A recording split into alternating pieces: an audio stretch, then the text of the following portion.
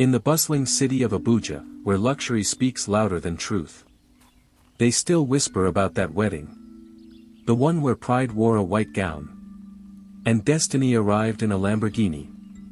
Some say it was a love story gone wrong. Others say it was pure revenge wrapped in roses and champagne. But everyone remembers how it began. With a woman who wanted to prove her ex-husband was still beneath her feet. They say the invitations were golden. The guest list filled with the powerful and the proud. It was meant to be a wedding of class. But it became a lesson the city would never forget. And what happened next?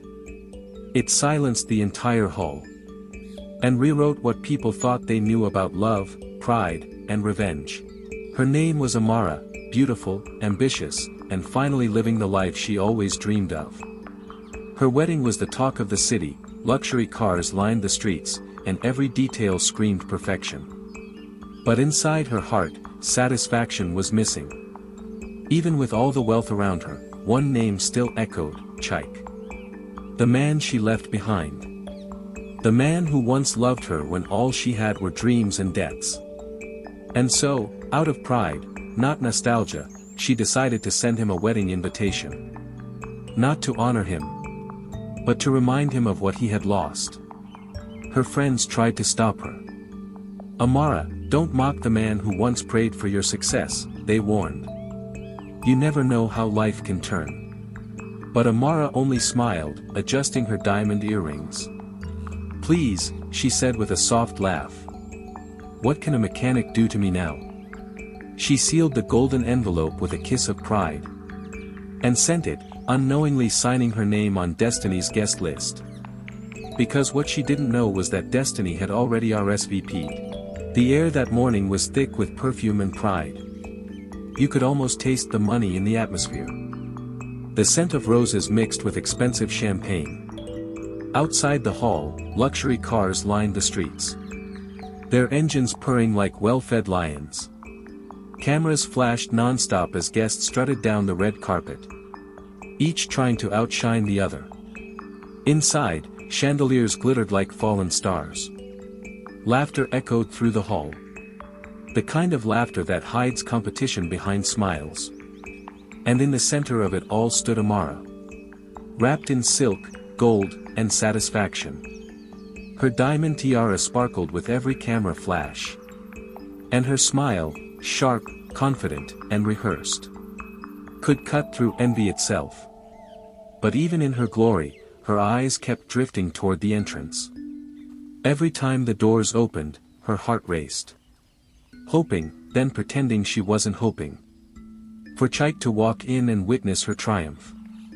Her bridesmaids whispered, "He's not coming." But deep down, she wanted him to. She wanted him to see what he had lost. And then, just as the music swelled, the doors creaked open. And the music stopped. A deep engine roar thundered across the hall, the kind that made conversations pause and necks stretch toward the entrance. Outside, headlights sliced through the afternoon haze. Then, the car appeared. A Lamborghini, black, sleek, and whispering wealth, rolled to a slow, deliberate stop. Its doors lifted open like the wings of a dark angel.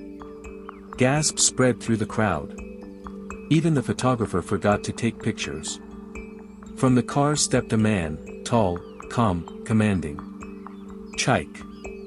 The same man Amara had left behind, back when he couldn't afford a taxi, let alone a dream. But now, he wore success like it was stitched into his skin, from his designer suit to the quiet confidence in his eyes. And then, the real surprise. Two little twins hopped out from the other side, each holding one of his hands. A boy and a girl, dressed in white, their faces mirrors of innocence, and of him. The crowd went silent. The music faded. Amara's smile cracked. Even her groom's jaw tightened, as if trying to understand what Destiny had just walked in. Then came the twist, no one saw coming. From the Lamborghini stepped a woman, elegant, radiant, and calm. Not dripping in gold or glitter, but wrapped in something rarer, peace. Her gown flowed like moonlight, simple, yet impossible to ignore.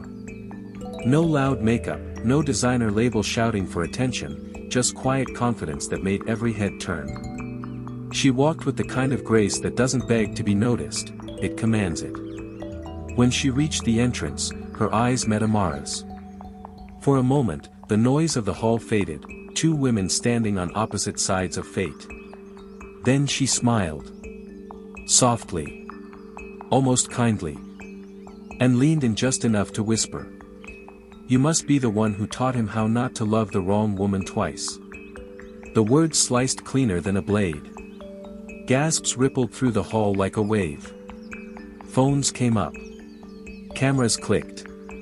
The bride's bouquet trembled in her hands as whispers began to spread like wildfire.